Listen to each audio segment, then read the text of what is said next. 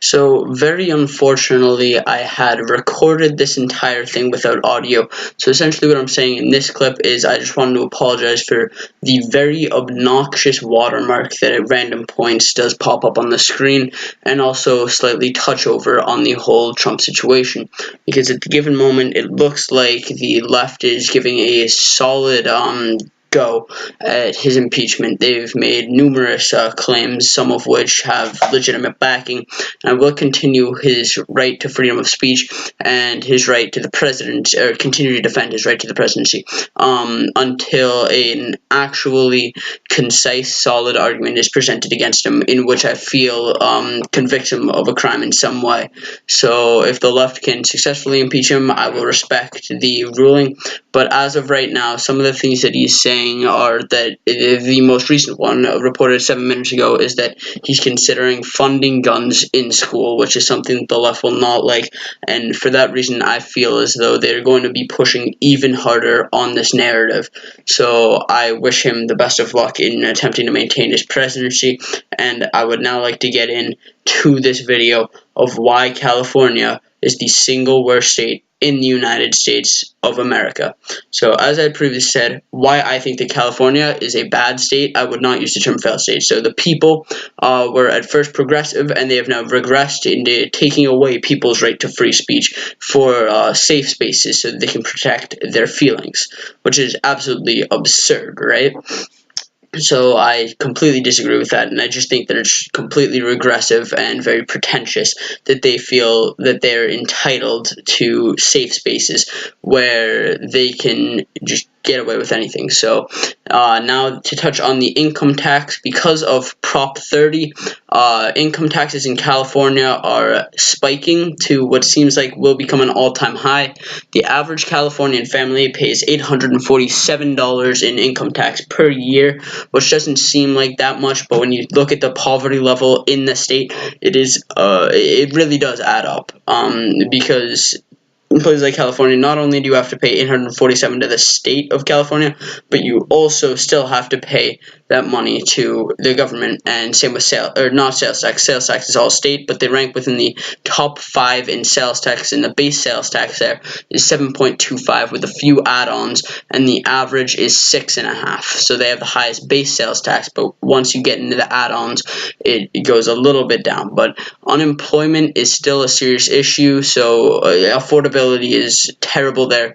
Unemployment is 20% higher than the national average, and if you look here in 2008, which was during the recession, they were at 7.1%. And as far as schooling and education goes, they pay the most for teachers, yet they are consistently among the worst students, having been ranked in the 48th percentile in math and the 49th percentile in reading, which is absurd for someone to be shelling out as much money as they are, which I think is 42% on K through 12 schooling. And if we look here, yep, it is 42%. So on the left, we have what people thought that they spent their money on. On the right, what they actually spent their money on, and they paid over 5,000 state troopers more than $100,000 a year, with one making over $450,000. He made $484,000 in the fiscal year of 2017 alone. For a state trooper, that is an absurd salary. It is higher than the NBA, or not NBA, NFL minimum. So absolutely absurd that they would be shelling out as much money as they are for the reasons that they are. And prisons and corrections is something they thought would take up more, but it really doesn't. And quality of life is another area that they rank terribly in. They actually ranked last in quality of life, according to USA Today. They conducted a study on it, and according to NBC Bay Area, a local news channel in California, children living in poverty has jumped over 30% since 2017.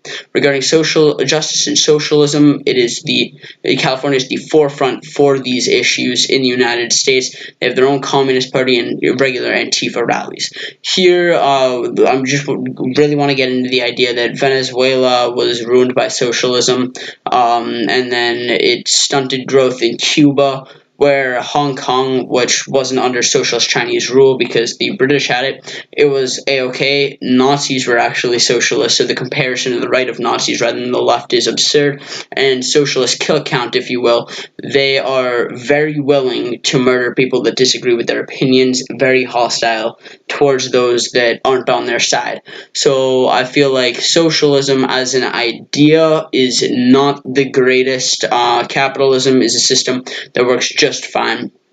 And this new revolution of socialism has been led by the Bernie Sanders, who I really like as a person, but I disagree with his economic standpoint tremendously. Now, regarding gang crime, it's a very serious issue in California. If we look at this map here, you can see that a hotspot with over 40,000 gang members is the Los Angeles area, and another hot pocket is Chicago, Illinois, but the majority of gang members fall into that California pocket down in Southern California, with very few other slivers coming out. Most of the time it's spread out among large cities with low numbers of gang activity, where California is relatively high, which is not great for a city that wants to be looked at as the future of liberalism. And it is, speaking of the future of liberalism, to be seen as an ideal democratic state is absurd, considering that it's the worst governed, according to a Ben Shapiro Breitbart article that cited a 24/7 Wall Street study back in 2011, and the study showed that it ranked, in 2012, sorry, and the study showed that it ranked last in being governed. It is the worst governed state because of terrible budgeting and terrible credit. As you see right here, the top 5 best governed states, according to the study, were Republican, and 4 out of the 5 worst. It should be noted that 4 out of the 5 worst were majority Democrats, with the exception being Arizona. So North Dakota, Wyoming, and Nebraska consistently ranked high. Wyoming, Nebraska, again, this time spelled wrong in 2012, and North Dakota.